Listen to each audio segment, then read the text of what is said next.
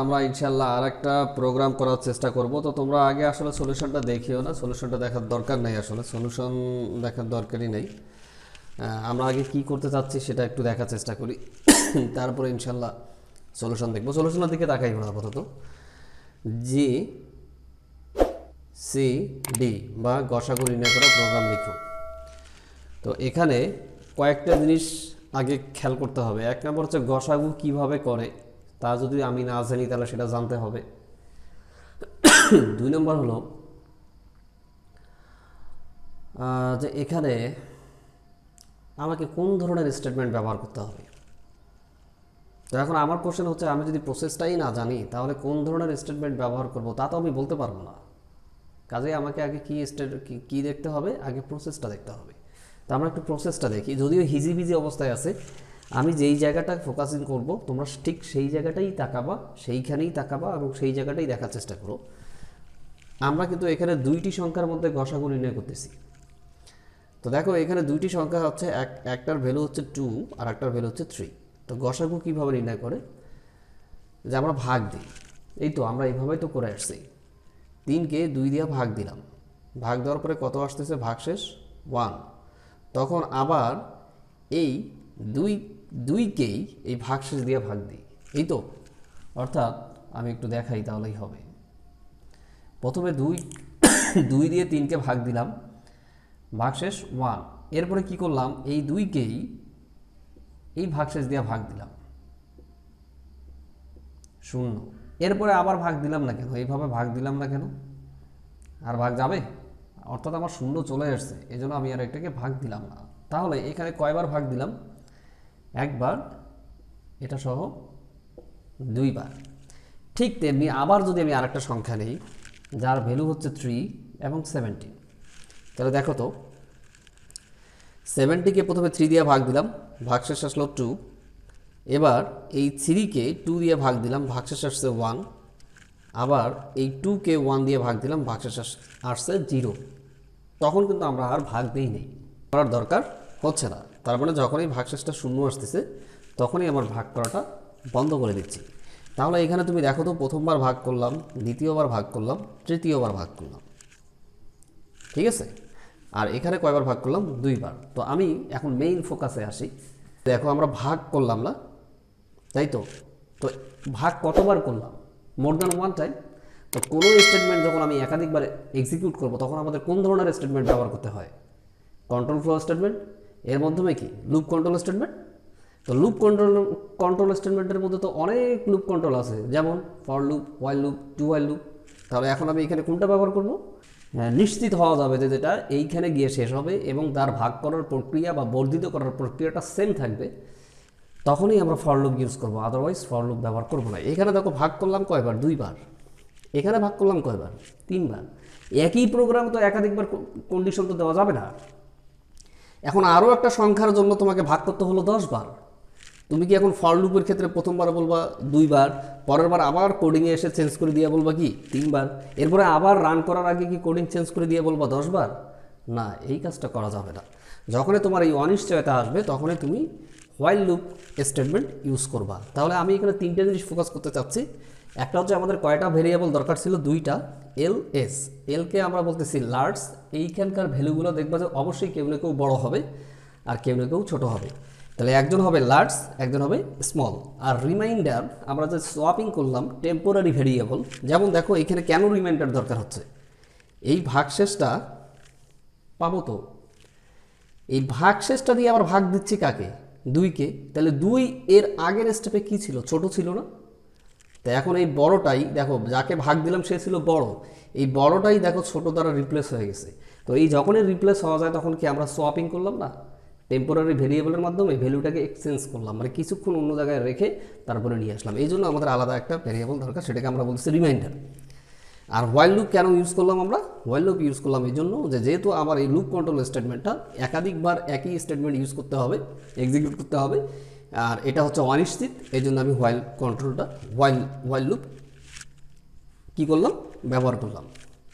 তো এখন আমি একটু মিশাই দেবো, মিশাই দেওয়ার পরে আবার একটু ইয়ে করবো, তোমরা একটু ধৈর্য সহকারে দেখো, খুব সুন্দর, খুব ইজি, খুব ভালো লাগবে। আচ্ছা আমাদের মোছানো শেষ। তো আমি 4 নম্বর লাইনে বললাম যে আমরা 3টা ভেরিয়েবল ইউজ করব। এখন 5 নম্বর লাইনে কি বলতেছি, আমরা ওই যে তোমার ছোট ভাইয়ের কাছ থেকে ভ্যালুগুলো নিলে তুমি 2টা ভ্যালু, ফর এক্সাম্পল খ নাম্বারটা নিছি আমরা 17 আর কত 3, কোথায় কোথায় রাখলাম, এল এর ভিতরে আর এস এর ভিতরে। তো ঠিক আছে, এখানে একটু রেখেই দিই যদি তোমাদের খুব অসুবিধা হয়। এল এর ভিতরে থাকবে কি 17, আর হচ্ছে স্মলের ভিতরে থাকবেন কে থাকবেন 3, আচ্ছা 3 থাকলো। এবার দেখো হোয়াইল, যখনই for condition, while condition, do while condition এই জাতীয় কিছু আসবে, তখন আমি বলছিলাম যে হোয়াইলের ভিতরে যখন কন্ডিশনটা ট্রু হবে তখন হোয়াইলের অধীনে, অর্থাৎ বুঝবো কীভাবে হোয়াইলের অধীন, হোয়াইলের অধীনে বোঝার সহজ টেকনিক হলো যদি একাধিক স্টেটমেন্ট থাকে তাহলে ফর এই সেকেন্ড ব্র্যাকেট শুরু এবং শেষ দেওয়া থাকে, আর যদি একটা স্টেটমেন্ট থাকে তাহলে দেওয়া থাকে না। তাহলে আমরা এখন এখানে বুঝতেছি যে হোয়াইলের ভিতরে যদি কন্ডিশনটা ট্রু হয় তাহলে 7 নম্বর লাইন থেকে 11 নম্বর লাইন এক্সিকিউট হবে, হওয়ার পরে আবার কোথায় আসবে, আবার ব্যাক করে আসবে। এগুলো আমরা পড়ে আসছি, যারা জানো না তারা দেখে আসবা। আবার ব্যাক করবে, আবার কন্ডিশন চেক করবে, যদি কন্ডিশন এগেইন ট্রু হয় তখন আবার 7 নম্বর লাইন থেকে 11 নম্বর লাইন এক্সিকিউট হয়ে আবার কোথায় কয় নম্বর ব্যাক করবে, 6 নম্বর লাইনে ব্যাক করবে। এভাবে চলতেই থাকবে কতক্ষণ পর্যন্ত, যতক্ষণ পর্যন্ত কন্ডিশনটা ফলস না হয়।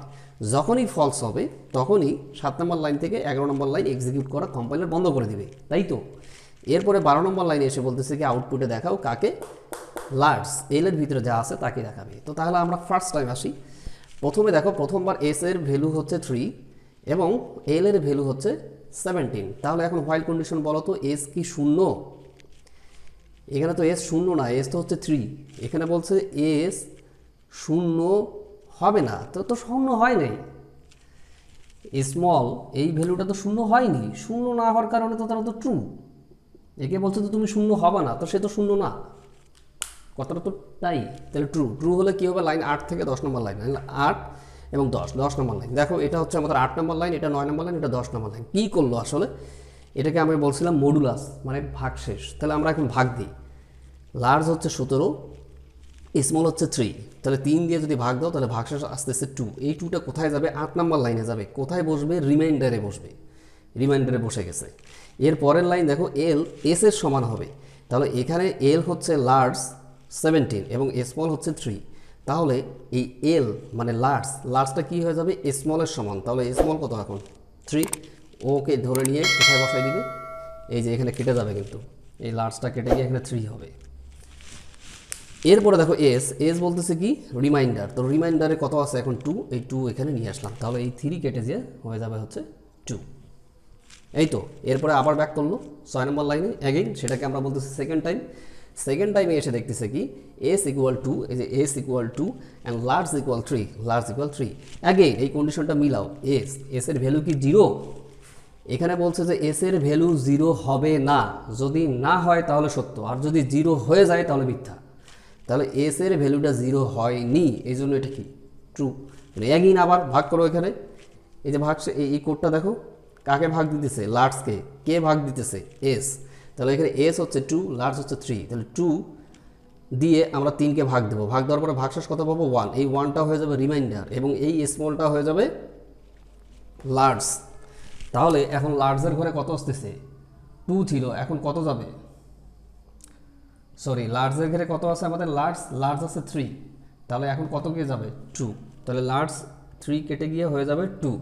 আর স্মলে কে আসবে, স্মলে আসবে হচ্ছে রিমাইন্ডার কত হচ্ছে এখন 1, অথবা এটা খেয়াল করো, তাহলে রিমাইন্ডার হয়ে যাবে 1। এরপরে আবার ব্যাক করবে, ব্যাক করার পরে 6 নম্বর লাইনে আসবে, এটা হয়ে যাবে আমাদের থার্ড টাইম। আমার আসলে জায়গা নেই, এই জন্য আমি এভাবে দেখাচ্ছি, তোমরা অবশ্যই খাতায় লিখবা। থার্ড টাইমে দেখো এখন এই ভ্যালুগুলো দেখো, এস এর ভ্যালু হচ্ছে 1 আর লার্জের ভ্যালু হচ্ছে 2। তাহলে এখন এখানে মিলাও, 1 শূন্য হবে না, তার মানে 1 কিন্তু শূন্য হয়নি, এই জন্য কন্ডিশনটা ট্রু। তাহলে এখানে ভাগ দাও, স্মলে কত আছে আমার 1 আর লার্জে কত আছে 2, তাহলে এখন ভাগ দাও তো, তাহলে ভাগশেষ কত হয়ে যাবে এখন 0।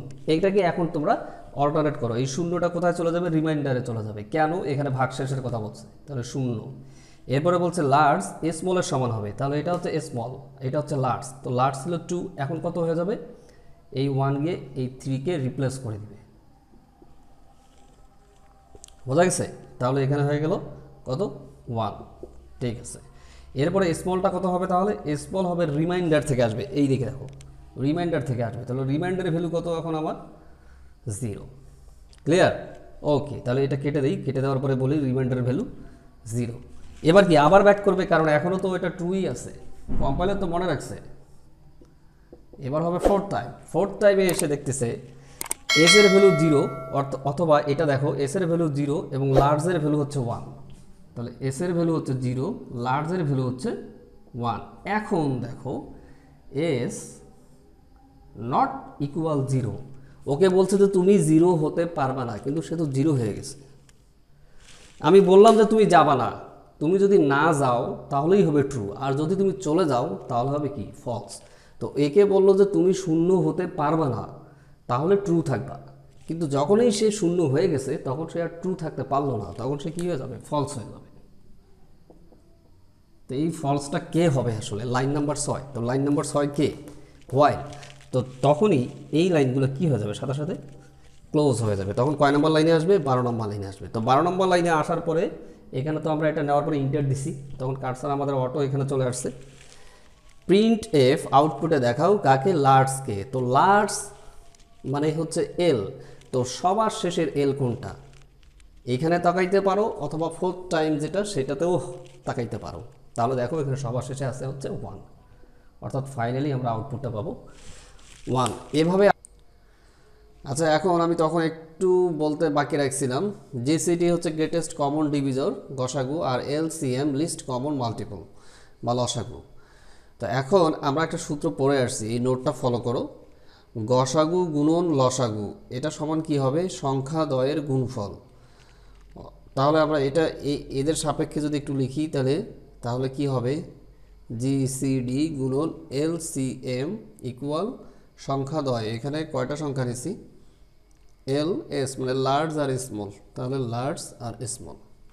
তো এখন যদি তোমাদের প্রশ্নে যদি বলে যে এলসিএম বা লসাগু নির্ণয়ের প্রোগ্রাম লিখো, তখন তোমরা কি করবা?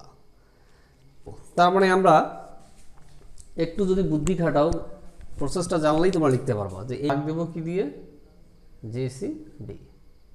তো যদি কখনো এলসিএম বা লসাগু নির্ণয়ের সূত্র বা প্রোগ্রাম করতে বলে, তাহলে তোমরা কি করবা? আগে গসাগুটা নির্ণয় করবা, করার পরে ঠিক এর পরের লাইনে 13 নম্বর লাইনে এরকম লিখে দিবা। আর এটা তো তোমরা ভালো করেই জানো যে এলসিএম যদি আমি এখানে ডিক্লেয়ার না করি তাহলে তো এখানে চিনবে না, তাহলে এখানে দিয়ে আসবা, তাহলে আমাদের প্রোগ্রামটা হয়ে যাবে।